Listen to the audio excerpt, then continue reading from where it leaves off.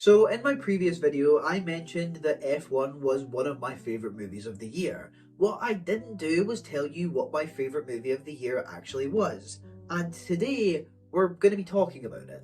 28 Years Later is a long-awaited sequel. Many people thought this would be the month's installment, but alas, it's finally arrived and it's years, which thematically and timeline-wise does make sense.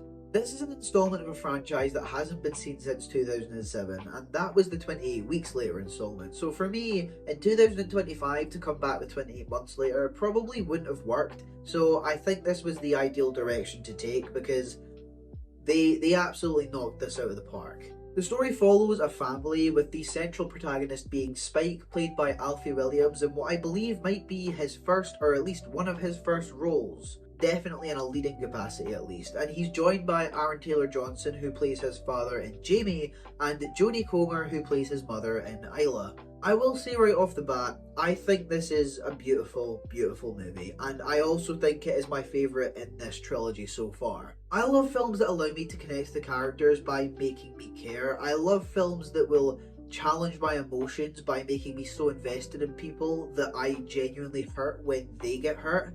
28 Years Later engages itself in a family narrative that saw me leaving the cinema more devastated than I have with anything else this year so far, and even for a long time before that for that matter. The opening part of this film is Spike and Jamie going on a journey to the mainland, where Spike first sees a couple of things that don't strike him as normal. Or as normal as this world can get, because if you have forgotten, this is a place ravaged by the infected. The dynamic that Spike and Jamie share is a complicated one. I think that Aaron Taylor-Johnson's character does have a lot of... I don't want to sound sympathetic because, you know, he is a shit father, but I do think in this segment at least, it's understandable to the way he treats Spike almost, because it is a cruel world. You have to be cruel, you have to be ruthless in order to survive. My grievance with him being a bad dad has nothing to do with that. It's more so what comes after when he, you know, cheats on his wife. Speaking of the wife, Jodie Comer, all I'm going to say is we're doing the Media 13 Awards this January.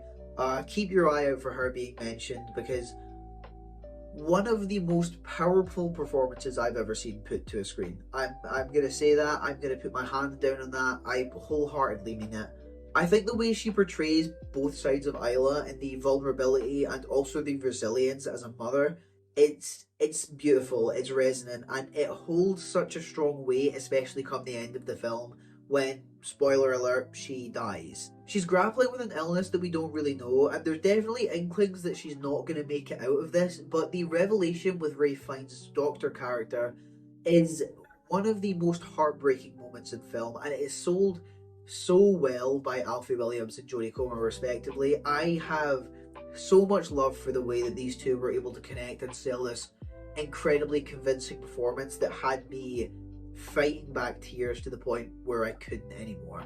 My favourite zombie stories out there are the ones that are still able to focus on humanity and show how humanity tends to prevail despite that. Humanity, more than any other film in these 3 installments so far, is something that plays such a crucial role. I think it's interesting seeing how things have evolved to this point. I loved seeing how the virus has evolved as well.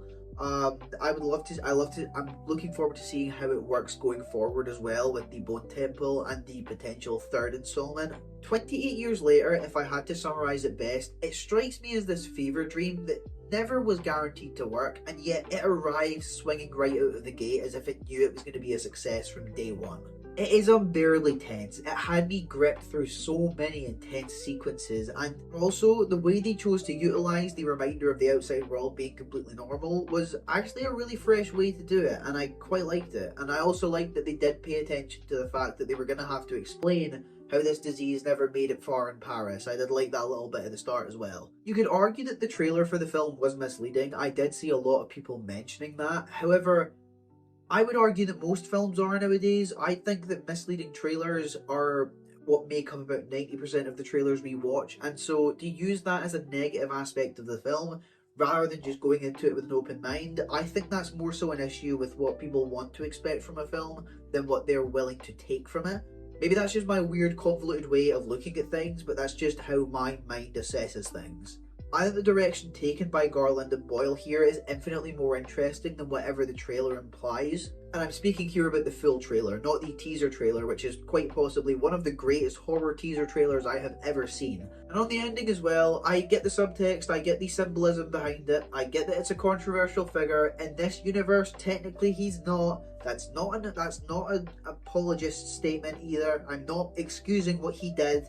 But what I will say is I thought the ending was fun. I enjoyed it. It was a cathartic little release after what was a devastating moment. I think it was much needed so that this film didn't end on a moment of complete despair. But yeah, I didn't hate it. I thought the ending was admittedly weird. I'm not going to shy away from that part, but I would be lying. I'd be lying to you if I agreed with the idea that it was a wrongful inclusion or that it took away from how impactful the ending was. But that being said, those are my thoughts on 28 Years Later, and now it's your turn. I want you to get into the comments below and let me know what you thought. What was your favourite part of the movie? What did you think they could have possibly done a little bit differently maybe? And on the subject of doing things to this video, feel free to leave a like if you did enjoy, because it lets me know that you're enjoying this content, and any support like that goes a long way and motivate me to continue to create stuff like this, and let me know that you want to see more like it. On top of that, you can also subscribe so you don't miss those future videos. If all goes well with my timing, by the time you're seeing this video, I will either be in or about to go see Superman, so there will also be a review on that soon enough. There's also Jurassic World Rebirth, which is to come your way very soon.